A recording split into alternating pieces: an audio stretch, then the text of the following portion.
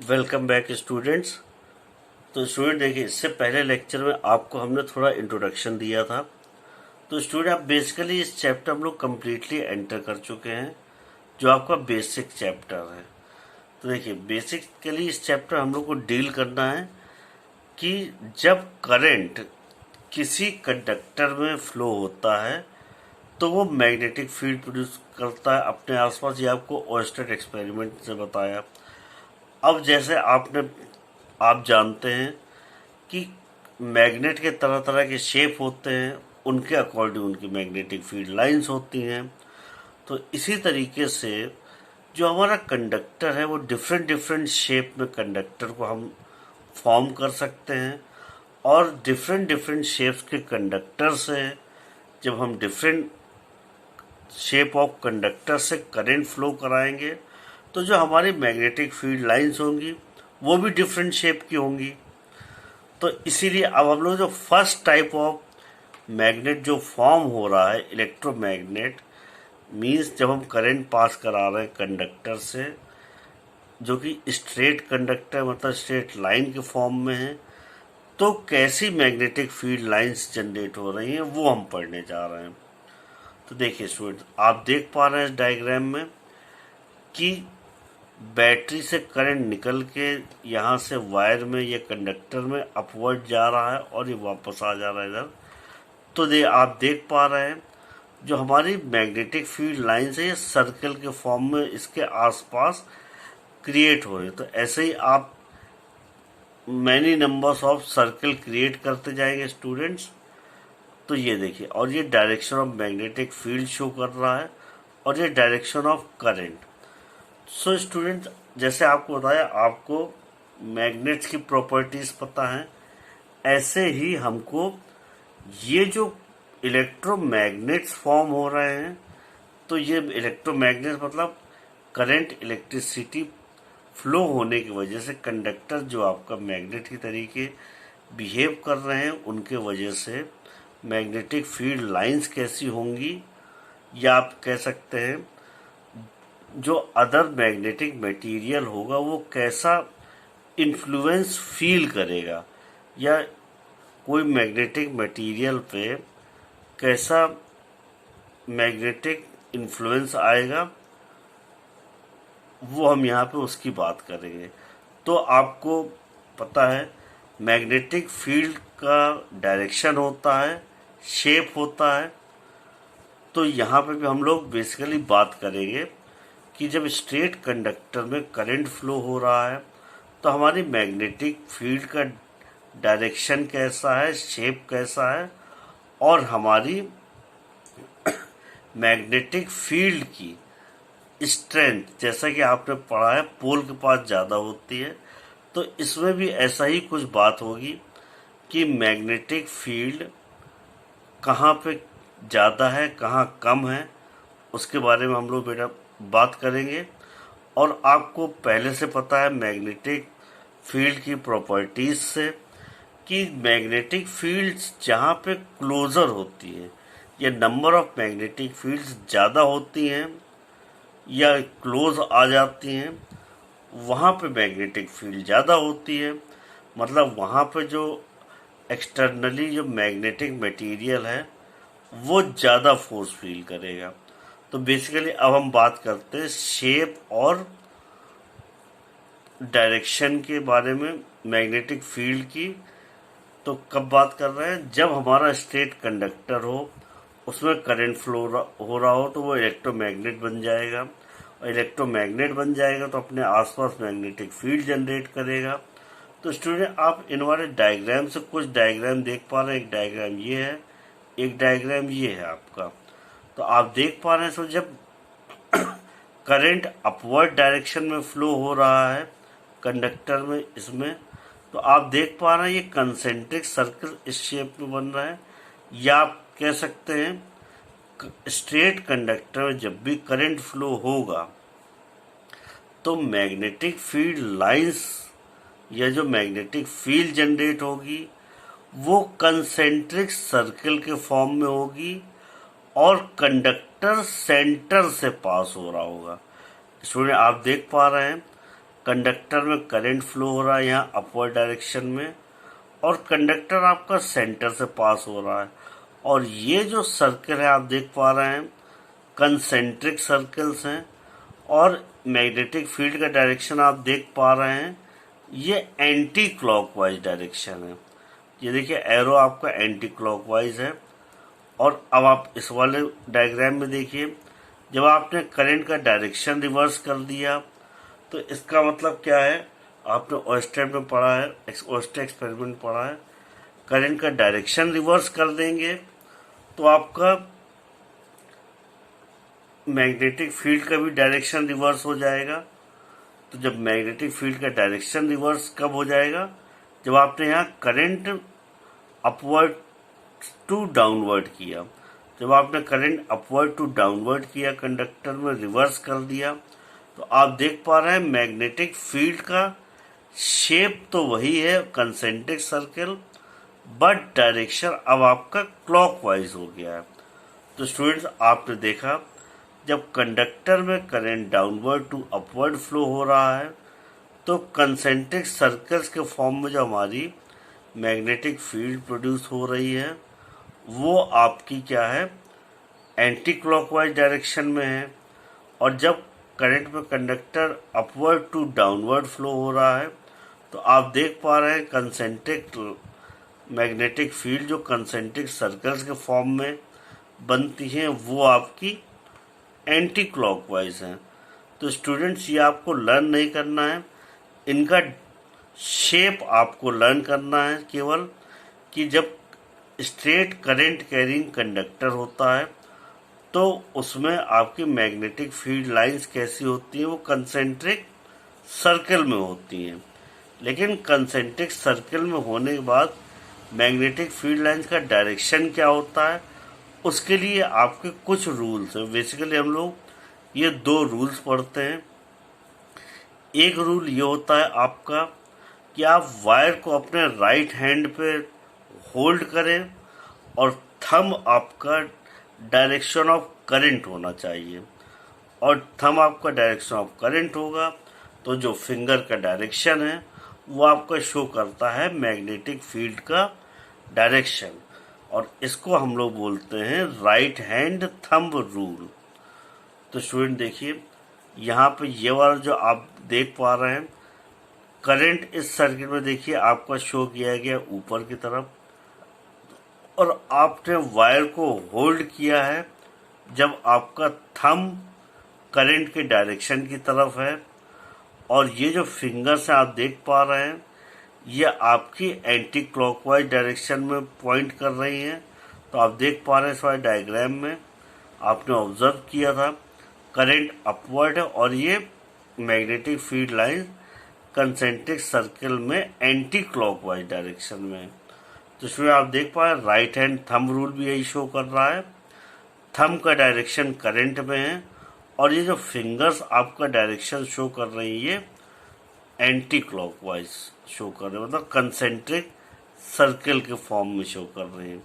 तो स्टूडेंट यहाँ पे थंब आपका करंट के डायरेक्शन में होना चाहिए, वायर आपने होल्ड कर रखा है, और ये जो फिंगर्स जिस तरफ फिंगर पॉइंट कर रही हैं उसी डायरेक्शन में आपके मैग्नेटिक फील्ड लाइंस का भी डायरेक्शन होगा। और स्टूडेंट इसी तरीके से एक आपका मैक्सवेल कॉर्क स्क्रू रूल होता है, ये भी बेसिकली सेम स्टूडेंट उसी तरीके से है, आप समझ सकते हैं। देखिए अगर आप ये स्क्रू को बात करते हैं तो स्क्रू अगर आप इस तरह रोटेट करें कि ये डाउनवर्ड हो, मतलब डाउनवर्ड शिफ्ट हो रहा हो, तो आप देख पा रहे हैं या आप ये कह सकते हैं कि मैक्सवेल कॉर्क स्क्रू रूल की बात कर रहे हैं। तो ये Maxwell right hand cork screw rule बोलते हैं। क्यों? क्योंकि स्क्रू आप देखिए राइट हैंड स्क्रू रूल को अगर देखें तो ये स्क्रू जो है आपका राइट हैंड स्क्रू है, और जब आप इसको राइट हैंड को यूज़ करके टाइट करते हैं तो देखिए ये आपका डाउनवर्ड शिफ्ट होगा। तो आप जब ये डाउनवर्ड शिफ्ट हो रहा है तो आप देख पा रहे हैं ये डायरेक्शन ऑफ करंट शो कर रहा है, ठीक है। और आप जिस डायरेक्शन में स्क्रू को रोटेट कर रहे हैं वो direction of magnetic field show कर रहा है। तो स्टूडेंट आप देखिए, अगर इस स्क्रू को आप क्लॉकवाइज डायरेक्शन में रोटेट कर रहे हैं तो आपका डायरेक्शन ऑफ करंट डाउनवर्ड है, या आप ये कह सकते हैं कि राइट हैंड स्क्रू को अगर हम लोग करंट के डायरेक्शन में शिफ्ट कर रहे हैं या हम इसको रोटेट कर रहे हैं जब ये करंट के डायरेक्शन में फॉरवर्ड मूव कर रहा है, मतलब ये स्क्रू आपका करंट के डायरेक्शन में आगे की तरफ मूव करे, और तब ये स्क्रू जिस डायरेक्शन में रोटेट कर रहा होगा वो direction of magnetic field show करता है। तो एक तो स्टूडेंट आपको ये राइट हैंड थंब रूल बहुत इजी है, और ये स्टूडेंट जो आपका Maxwell right hand cork screw rule है, इसको आप अगर लैंग्वेज में समझेंगे तो अभी आगे समझाएंगे, बट फॉर टाइम बिंग आप देखिए यहाँ पर ये समझिए, जब हम स्क्रू को डाउनवर्ड करंट के डायरेक्शन में मूव कराना चाह रहे हैं और इसको हमें क्लॉकवाइज रोटेट करना पड़ेगा, तभी ये करंट के डायरेक्शन में देखिए डाउनवर्ड स्क्रू मूव करेगा। तो आप देख पा रहे हैं स्टूडेंट, जब इस स्क्रू को राइट हैंड स्क्रू को आप क्लॉकवाइज डायरेक्शन में रोटेट कर रहे हैं तभी ये स्क्रू आपका करंट के डायरेक्शन में शिफ्ट होगा। तो आप देख पा रहे हैं स्क्रू जब करंट के डायरेक्शन में शिफ्ट हो रहा है तो स्क्रू का जैसा रोटेशन है उसी रोटेशन के डायरेक्शन में मैग्नेटिक फील्ड का डायरेक्शन होगा।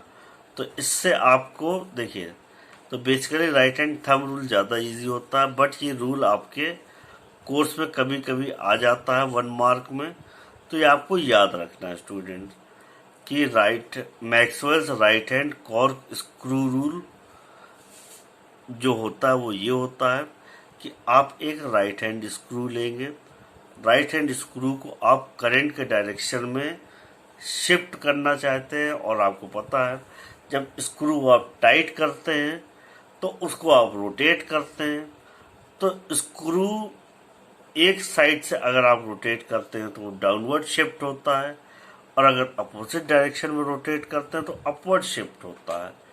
तो आपको कोशिश ये करनी है कि जो स्क्रू की शिफ्टिंग है रोटेशन करते समय राइट हैंड स्क्रू की, वो डायरेक्शन ऑफ करंट में होनी चाहिए, और वो डायरेक्शन ऑफ करंट में जब शिफ्ट हो रहा हो तो जिस डायरेक्शन में आपका स्क्रू रोटेट हो रहा होगा उसी डायरेक्शन में मैग्नेटिक फील्ड आपकी एग्जिस्ट करेगी करंट कैरिंग स्ट्रेट कंडक्टर में।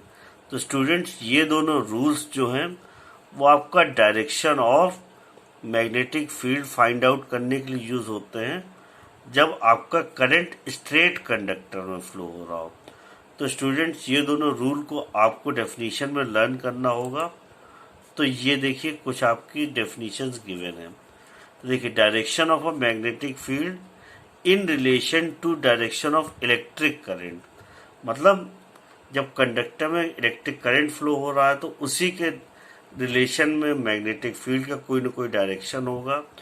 तो वो जो मैग्नेटिक फील्ड का डायरेक्शन है, जब हम स्ट्रेट करंट कैरिंग कंडक्टर में फ्लो करा रहे हैं करंट, तो मैग्नेटिक फील्ड का क्या डायरेक्शन है वो हम लोग फाइंड आउट कर सकते हैं स्ट्रेट कंडक्टर में right hand thumb rule use करके, और इसी को हम लोग कहते हैं Maxwell cork screw rule.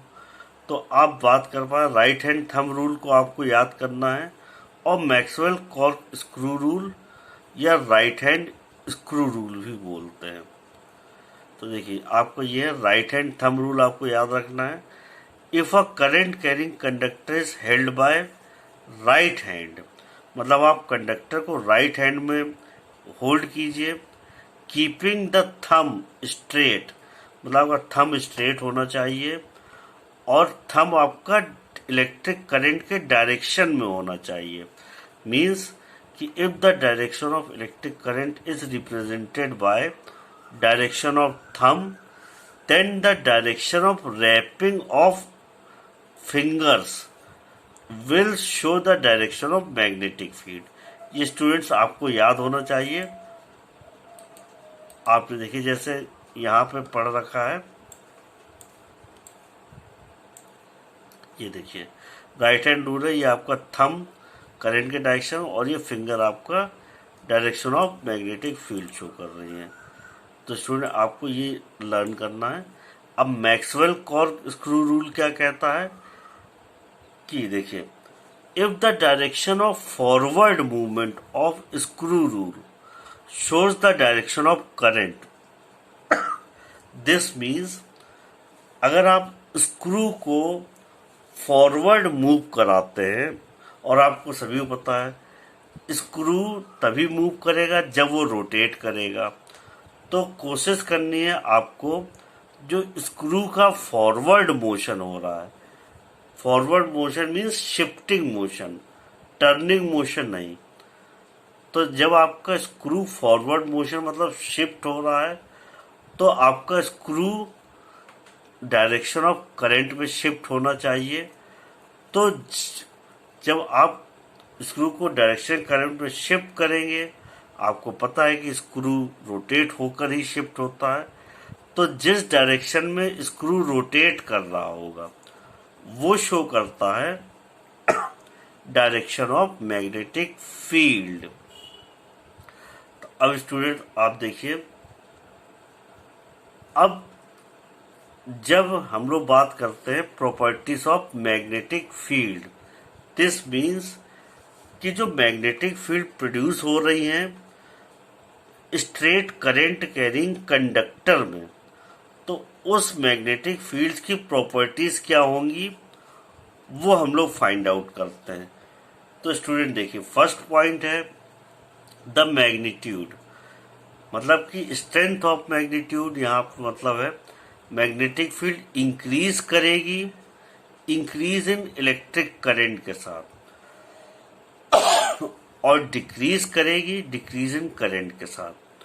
This means that if you increase the current in the wire, magnetic field strength will increase, और if will you decrease the current, magnetic field will decrease. इसका मतलब कि जो मैग्नेटिक फील्ड प्रोड्यूस हो रही है उसकी strength current के डायरेक्टली प्रोपोर्शनल है, मतलब जितना ज़्यादा करंट उतनी ज़्यादा मैग्नेटिक फील्ड, मतलब उतनी ज़्यादा मैग्नेटिक फोर्स आपका मैग्नेटिक मटेरियल उसके आसपास आने में महसूस करेगा।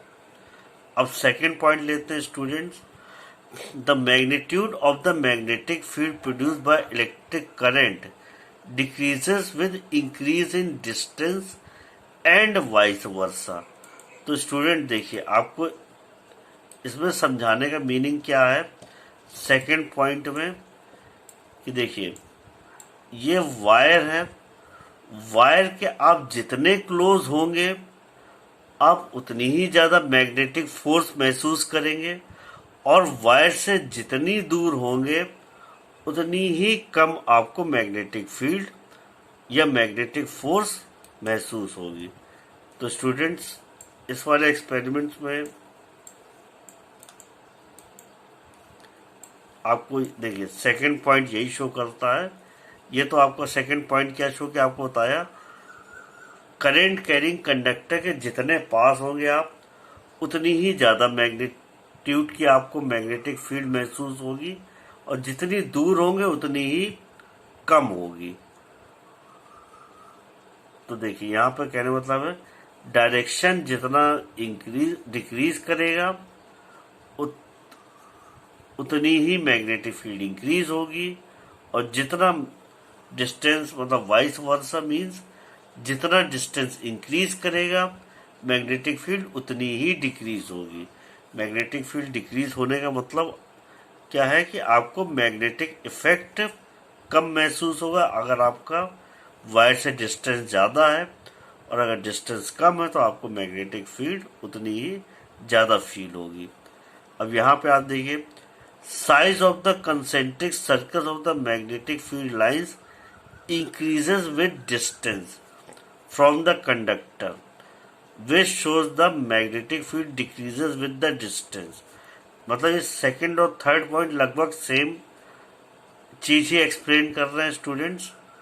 तो आप देखिए समझ सकते हैं थर्ड पॉइंट में यही बोला गया है कि जो कंसेंट्रिक सर्कल है उसका जो रेडियस है वो आप देख पा रहे हैं जैसे जैसे दूर जा रहा है उसका रेडियस बढ़ रहा है, रेडियस बढ़ रहा है, कंसेंट्रिक सर्कल का साइज बढ़ रहा है। तो आप देख पा रहे हैं जैसे जैसे आपका कंसेंट्रिक सर्कल का साइज बढ़ रहा है वैसे वैसे आपका डिस्टेंस बढ़ रहा है। तो इसका मतलब क्या है, कंसेंट्रिक सर्कल जितने लार्जर साइज का होगा वो उतने ही कम मैग्नीट्यूड की मैग्नेटिक फील्ड को शो कर रहा होगा। This means the size of the concentric circle increases with distance from the conductor and this source, मतलब यहाँ पे आप देख सकते हैं this source magnetic field decreases with distance.